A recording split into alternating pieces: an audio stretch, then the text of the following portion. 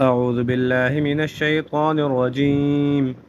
بسم الله الرحمن الرحيم.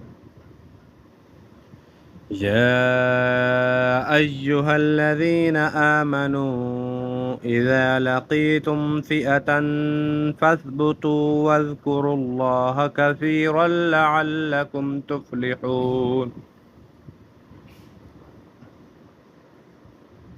وأطيعوا الله ورسوله ولا تنازعوا فتفشلوا وتذهب ريحكم واصبروا إن الله مع الصابرين.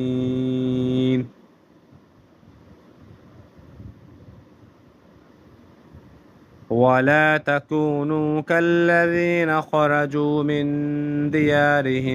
من ديارهم بطرا ورئاء الناس ويصدون عن سبيل الله والله بما يعملون محيط.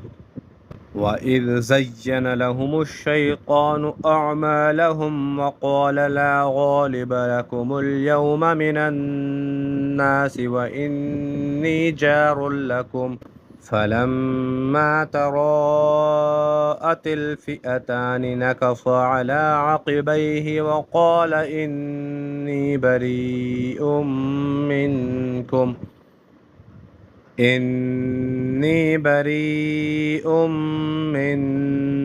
إني أرى ما لا ترون إني أخاف الله والله شديد العقاب.